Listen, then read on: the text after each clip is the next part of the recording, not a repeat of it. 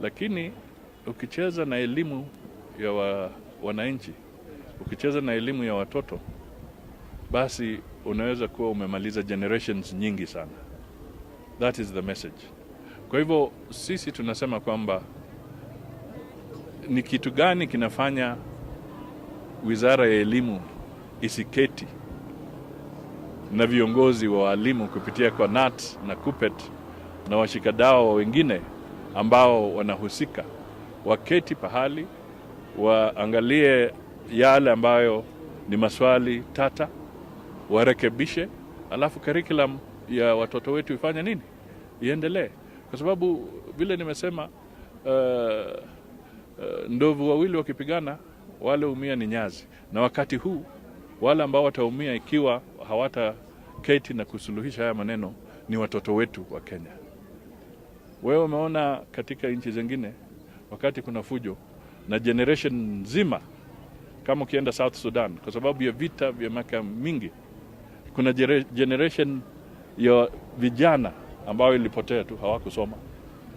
Ukiona yale yalikuwa yakifanyika DRC na kwengine, ukiona yale yalikuwa yakifanyika kama Afghanistan, wakati elimu inazoroteka na watu hawasomi, generation hiyo iko katika hali ya utata, iko mashakani. Kwa hivyo sisi tunasema kwamba hatutaki generation ya watoto wetu iwe katika hali ya mashaka. Tunasema kwamba ikiwa serikali inatuambia mambo ya kucheza karata, yani gambling, ni hatari. Wamekuwa wakisema gambling na betting inapotosha vijana wetu. Sasa mimi nasema ikiwa ni hivyo, basi the most dangerous gambling ni gambling ambayo inahusu watoto wetu kwa mambo ya elimu.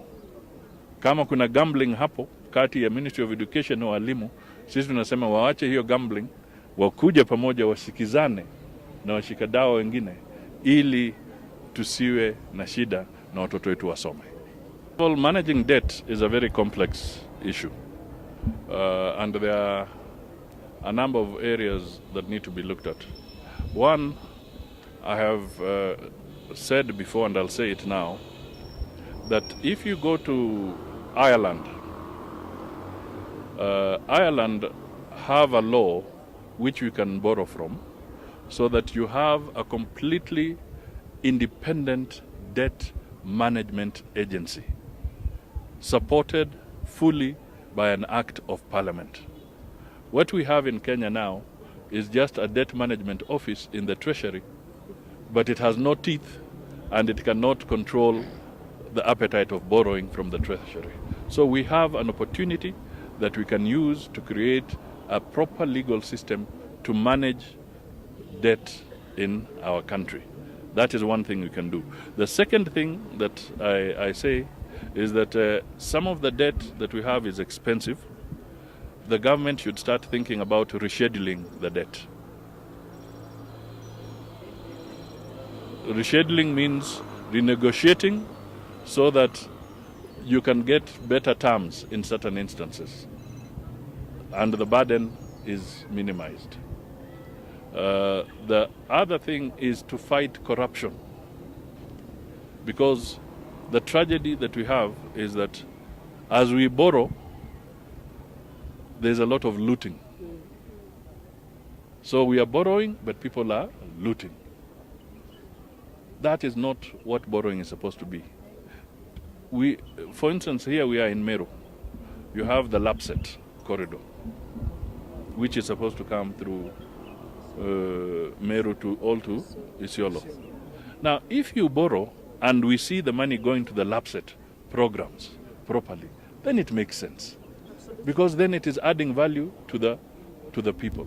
But if you borrow and somebody walks away with it in a briefcase and disappears to Dubai or other places, then that is not the kind of borrowing that we want. So that is critical. And then finally, the government must live within its means. You know, when you go to a shop and you want to measure your trouser, the fundi measures you because he knows your size. so that you cut your cloth according to your size. So the government also needs to look at its budget and deal with it in a manner where they're not putting too many programs and yet there's no funding. Because as I said, they don't have money of their own. They have to get money from Mwananchi. And debt is serious because the profile of our debt now is that a lot of it is external. You know, when you talk of public debt, you have domestic debt and you have external debt, public debt. Domestic debt will be the bonds, local bonds, and treasury bills. But now, external debts are those loans that are taken from China, the Euro bonds, and what have you. And these are loans that must be repaid in hard currency. So if the shilling depreciates, right now the shilling is about 101 to the dollar. Remember, you don't pay your external loans in Kenya shillings.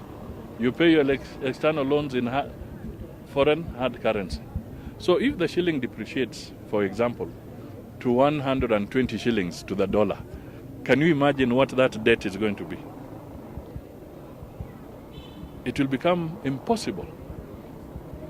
And we don't want to become like countries like Greece, which become permanent defaulters. So this is a very serious issue. And as the bishop said, the government should listen. On this one, the government should listen. Otherwise, whoever is going to be in office in 2022 will be doing nothing else but figuring out how to pay debt. And there'll be no money for development and no money for the counties. This is serious. We are taking from Peter to pay Paul. And it's important that this issue be addressed seriously because it's a crisis. The debt that we have accumulated in the last 7 to 8 years is extremely debilitating to the people. Because a government does not have its own money. A government draws its money through taxation. The ordinary business person here in Mawa pays taxes, and that tax finds its way to the kitty of the national government. So when public debt is very high, chances are the taxes will go up. And that is why we have been seeing constant increases by the government in areas like petroleum, adding VAT. We are now hearing housing levy. We are hearing all sorts of taxes being introduced because the government is trying to raise money to meet its programs.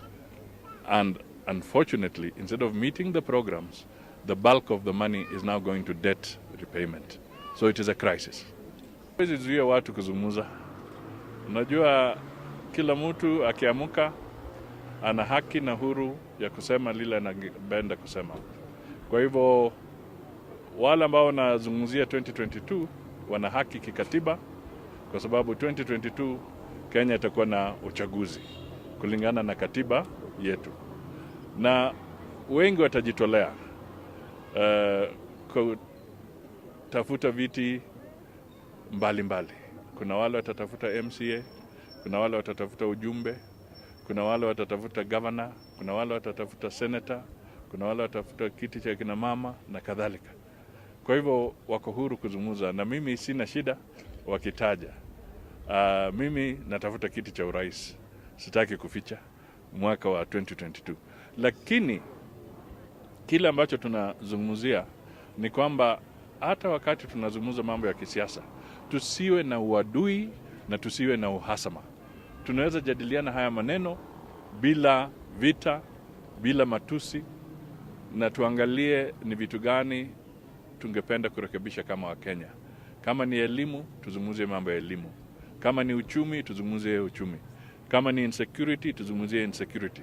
Kama ni ukulima, tuzungumzie ukulima na kadhalika. Na hapo ndio mimi nasema katika taifa letu tubadilishe siasa kabisa isiwe siasa ya matusi kila wakati. Tuwe na siasa ambayo tukizungumzia tunajenga taifa letu. Bahasa yako iliyo mbele za Mungu ni kubariki pia ukiachilia kwa hawashas. Thank you sana. Sasa tusimame tusalimiwe na mheshimiwa. Sawa? Simama tusalimiwe na mheshimiwa.